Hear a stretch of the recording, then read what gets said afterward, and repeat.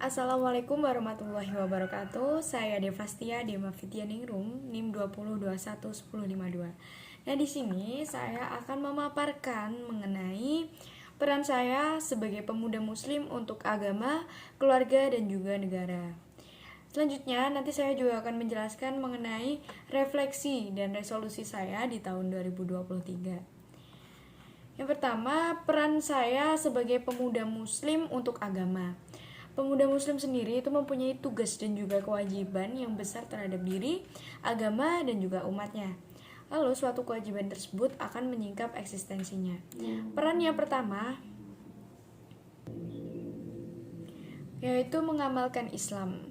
Jadi pedoman kita kan Al-Qur'an. Nah, di situ tidak hanya dibaca ataupun dipelajari saja, tetapi juga diamalkan. Kan di situ sudah tertuang jelas mengenai apa sih Islam, terus bagaimana konsep-konsep Islam.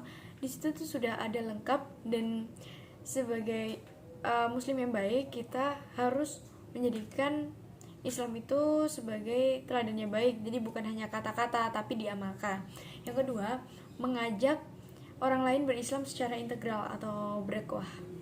Tidak cukup seorang muslim itu hanya soleh untuk dirinya sendiri, akan tapi kita juga wajib untuk mengajak orang lain kepada kesolihan tersebut. Jadi kita saling menasihati, saling menerima secara timbal balik. Yang ketiga, memiliki soliditas dan solidaritas.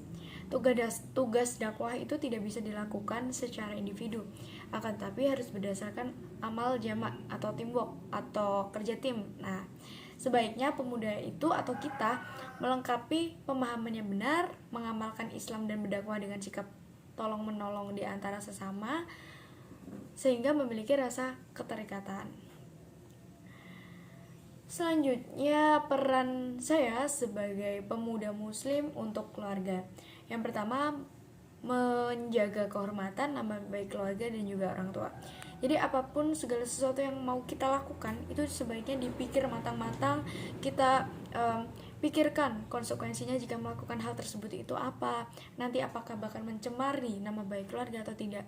Karena apapun yang kita lakukan itu pasti akan kembali lagi. Yang jelek keluarga.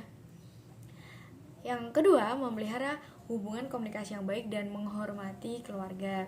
Nah, itu bisa direalisasikan dengan mendengarkan, mematuhi, dan menjalankan nasihat baik yang diberikan orang tua kita kepada kita. Jadi untuk komunikasi tersendiri itu merupakan kunci utama agar tidak menjadi perpecahan atau konflik di dalam keluarga.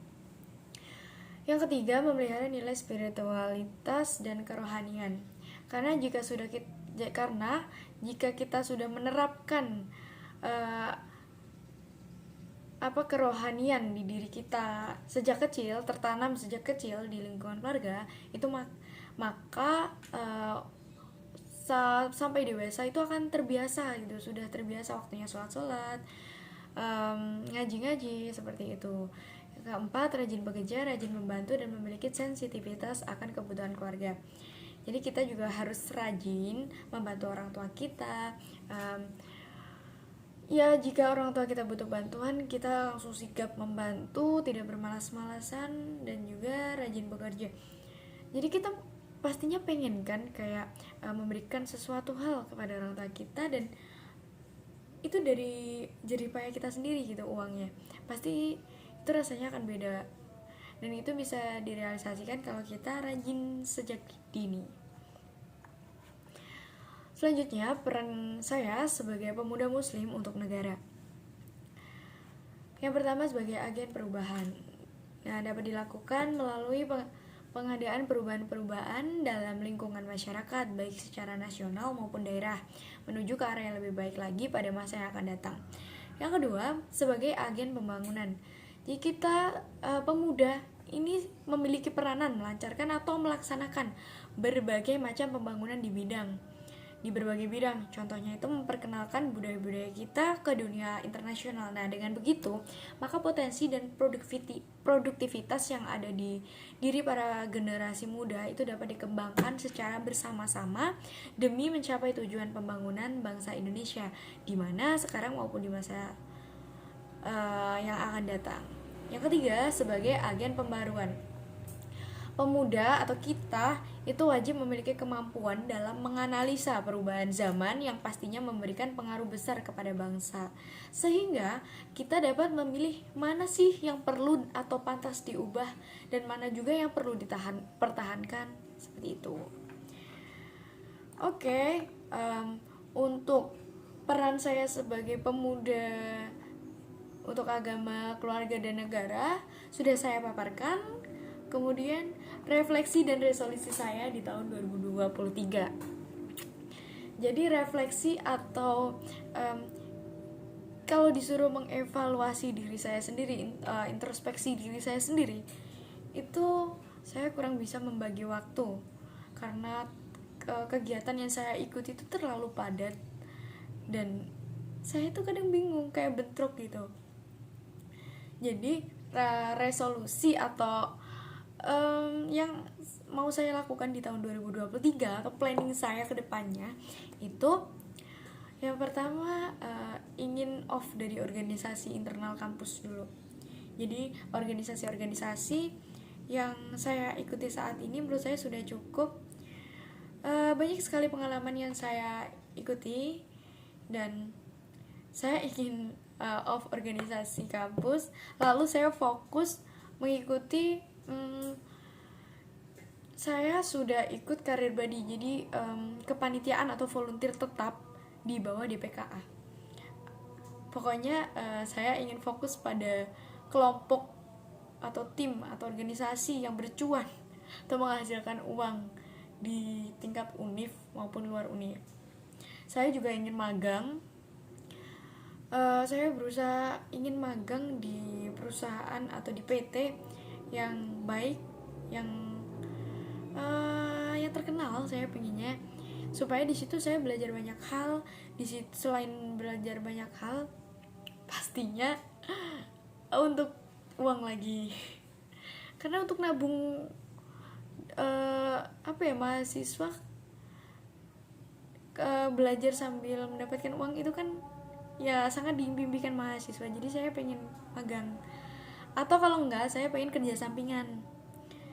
Jadi karena organisasi saya sudah off, saya tuh pasti mempunyai waktu yang lebih luang daripada sebelumnya kan. Jadi saya ingin kerja sampingan karena banyak sekali teman-teman saya tuh yang kerja sampingan seperti itu, terus ikut-ikut lomba, karya ilmiah, PKM 2023, dan banyak sekali kegiatan-kegiatan positif yang bisa dilakukan setelah saya off organisasi.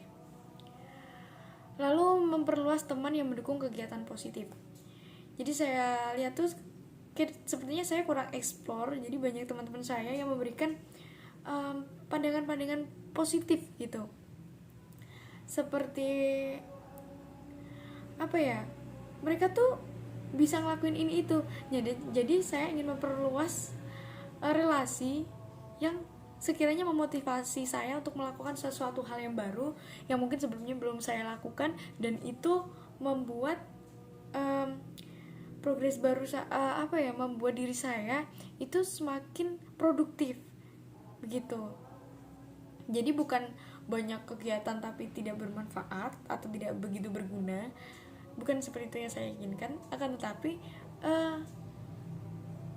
efisien waktu dan juga efektivitas waktu melakukan ini tapi langsung benar-benar bermanfaat gitu, dengan mencari teman yang mendukung untuk hal tersebut. Baik, sekian dari saya. Maaf jika kata-katanya belepotan, jika kata-katanya kurang terstruktur. Saya mohon maaf, Bapak. Sekian, wassalamualaikum warahmatullahi wabarakatuh.